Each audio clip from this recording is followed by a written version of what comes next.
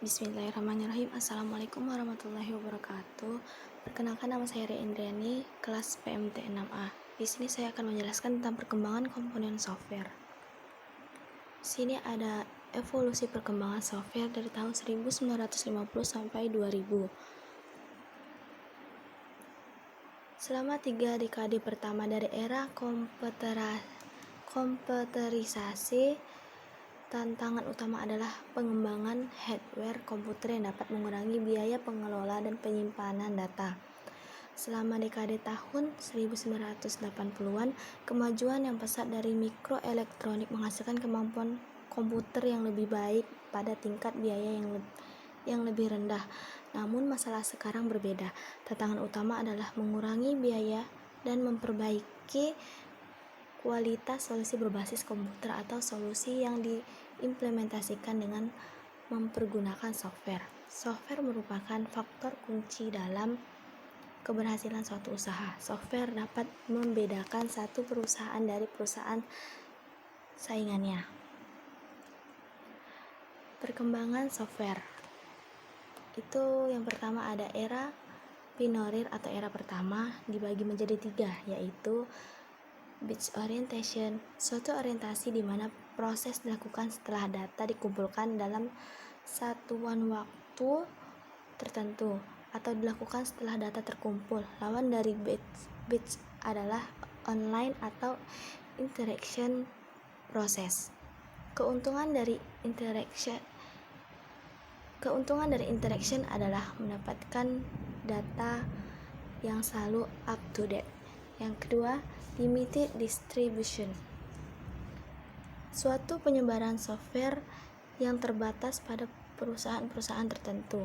Yang ketiga, customer software, software yang dikembangkan berdasarkan kebutuhan dari perusahaan-perusahaan tertentu. Yang kedua, era stabil atau era kedua, dibagi menjadi 4, yaitu multi-user, suatu sistem di mana satu komputer digunakan oleh beberapa user pada saat yang sama. Yang kedua, real time, suatu sistem yang dapat mengumpulkan, menganalisis, dan mentransformasikan data dari berbagai sumber, mengontrol proses, dan menghasilkan output dalam millisecond.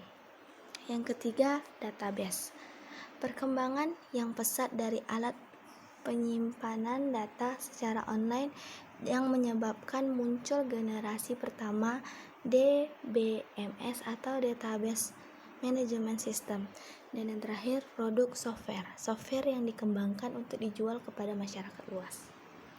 Yang ketiga ada era mikro atau era ketiga, dibagi menjadi 4. Yang pertama, distribution system, suatu sistem yang tidak hanya dipusatkan pada komputer induk daerah atau bidang lainnya, yang juga memilih komputer yang ukurannya lebih kecil dari komputer induk.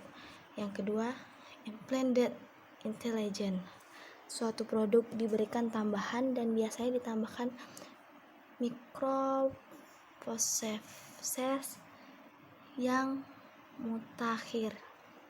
Yang ketiga, low cost hardware, yang semakin rendah. Ini dimungkinkan karena munculnya personal komputer. Dan yang terakhir, customer impact, adanya pengembangan komputer yang murah menyebabkan banyaknya software yang dikembangkan. Software ini memberi dampak yang besar terhadap masyarakat. Dan yang terakhir, era modern atau era yang keempat. Di sini dibagi menjadi 3, yaitu yang pertama, expert system, suatu penerapan AI atau artificial intelligence pada bidang-bidang tertentu. Yang kedua, machine, suatu mesin yang dapat meniru kerja dari sebagian otak manusia. Dan yang terakhir, parallel arsitektur komputer yang memungkinkan proses berjalan paralel, yang dimungkinkan adanya prosesor berbeda dalam satu komputer.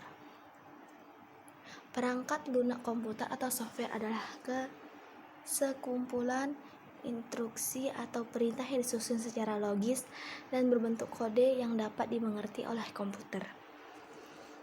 Perangkat lunak komputer dapat dikategorikan dalam dua bagian, yaitu yang pertama software siap pakai, yang kedua itu software customer.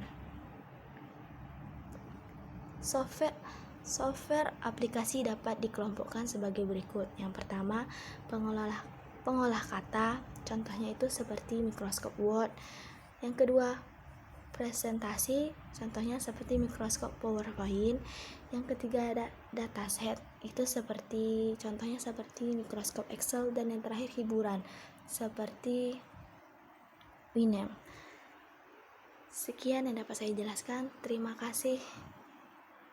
Maaf jika ada kata-kata yang salah. Wassalamualaikum warahmatullahi wabarakatuh.